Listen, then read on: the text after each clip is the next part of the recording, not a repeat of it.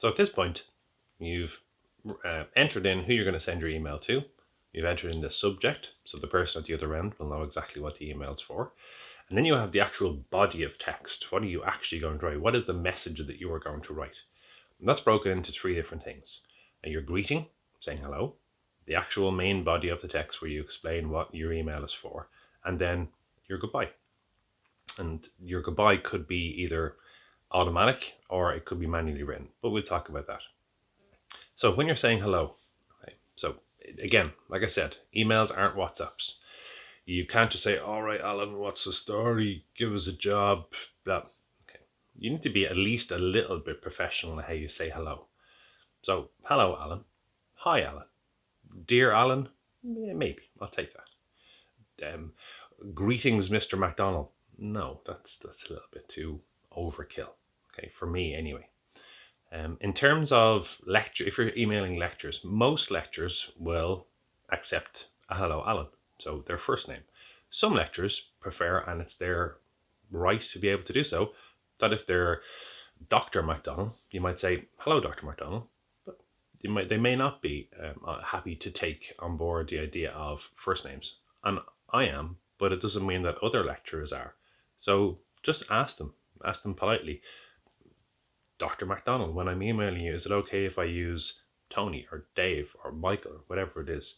Or would you prefer I call you Dr. MacDonald? And they will say yes or no. And that's it.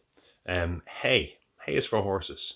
Okay? I don't like people saying, hey, Alan, on an email. On a WhatsApp, if my brothers or sisters are doing it, that's fine. But it's a different communication channel. So as far as I'm concerned, hi, hello, dear, as a third one possibly. Anything else, just don't use it. At least say hello. If you just go straight into, I need this, I'll say, hold on a second now. Don't, at least say hello. Okay? I don't walk up to people in the corridor and just start pointing fingers and saying, give me this. I'll at least say hello. That's polite. When you get to the body of the email, write it properly.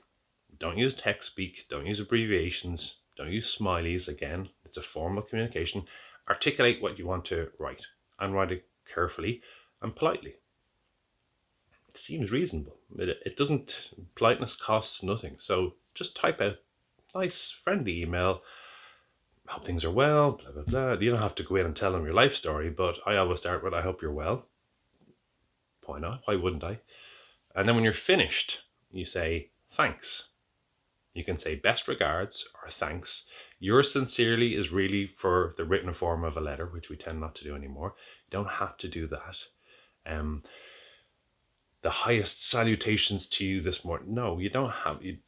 Thanks is fine. Many thanks if you're asking for a favor. Thanks again if it's a reply to another email. Just be polite. And then obviously thanks Mary or Kevin or Yvonne or whoever it is, whatever your name is, just say thanks. You may also, and you should, integrate a signature into your emails, but that's for a different discussion. A signature is a pre-written piece of text that you can set up in your email application that describes who you are. So if you've ever received an email from me, you'll see that I have an email that has the TU Dublin logo and address, etc. I obviously don't write that in every email. It automatically gets attached to your email. So if you spend the time in your applications plural, which is for another discussion, you should set up a signature. Now that signature normally only goes out with the first instance of that email. You don't put it in for every single reply if you're having a little backwards and forwards between a number of people. You don't put your full signature in all the time. But again, that's a different discussion.